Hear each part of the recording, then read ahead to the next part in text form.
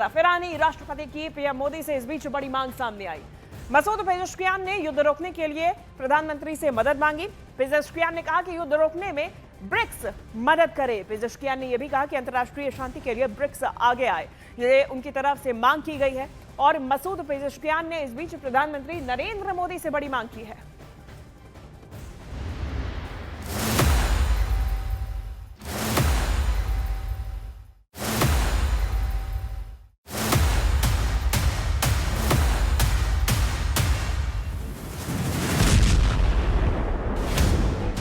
Iran और Israel America की जंग हर दिन बढ़ रही है। मौत के आंकड़े डरा रहे हैं। दुनिया पर तेल संकट गहराने लगा है। बावजूद इसके अमेरिका और ईरान सीज फायर के लिए तैयार नहीं है। ऐसे में युद्ध विराम के लिए ब्रिक्स देशों की भूमिका अहम हो जाती है, क्योंकि ईरान ब्रिक्स का परमानेंट मेंबर है और पिछले दिनों ईरान ने ब्रिक्स से सक्रिय भूमिका निभाने की अपील की थी। ईरान के विदेश मंत्री अब्बास अरागची ने भारतीय विदेश मंत्री एस जयशंकर से बातचीत में कहा था कि मौजूदा हालात में ब्रिक्स जैसे मंच की भूमिका क्षेत्रीय और वैश्विक स्थिरता के लिए अहम है और पोलैंड रूस भी मानते हैं कि इस जंग का अंत भारत की मध्यस्थता से हो सकता है। खास बात यह भी है कि भारत ही ब्रिक्स का मौजूदा अध्यक्ष भी है, इसलिए भारत भी कूटनीति के साथ सभी देशों की सर्वसहमति से साझा बयान चाहता है, जो कि ईरान और गल्फ देशों के बीच जारी विरोधाभास की वजह से अब तक संभव नहीं हुआ है।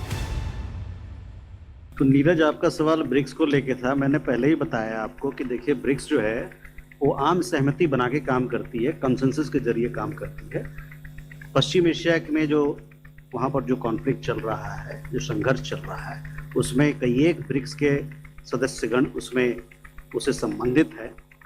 तो हम सभी देशों के साथ अभी बातचीत कर रहे हैं। ब्रिक्स सदस्य ईरान, सऊदी अरब और यूएई समेत गल्फ देश आमने सामने हैं। जहां ईरान पश्चिम एशिया के मौजूदा संकट, अमेरिका और इजराइल के विरोध की मांग कर रहा है, तो वहीं यूएई गल्फ देशों में ईरान के हमलों को गलत बता रहा है। ऐसे में भारत के सामने सभी पक्षों को साथ लेकर चलने की बड़ी चुनौती है, क्योंकि ब्रिक्स में रूस, चीन जैसे बड़े देश भी शामिल हैं।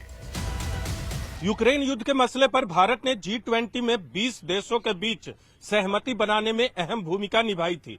अब ब्रिक्स की अध्यक्षता भारत के पास है और ईरान और यूएई के स्टैंड की वजह से मुश्किल जरूर आ रही है कि पश्चिम एशिया संकट पर ब्रिक्स देशों की तरफ से कोई साझा बयान जारी किया जाए, लेकिन अब तक इसमें सफलता नहीं मिली है और भारत लगातार इन देशों के संपर्क में है ताकि कोई सहमति बन सके। खास बात यह भी है कि आने वाला ब्रिक्स शिखर सम्मेलन भी भारत में होना है, जिससे इस मुद्दे पर भारत की भूमिका और भी अहम हो जाती है। इसलिए भारत संतुलित और स्वीकार्य सहमति बनाने की कोशिश कर रहा है। ब्रिक्स अध्यक्ष के तौर पर भारत कोशिश में है कि जिस तरह से G20 में यूक्रेन युद्ध पर साझा बयान आया था, वैसे ही ब्रिक्स में भी भारत कामयाब होगा।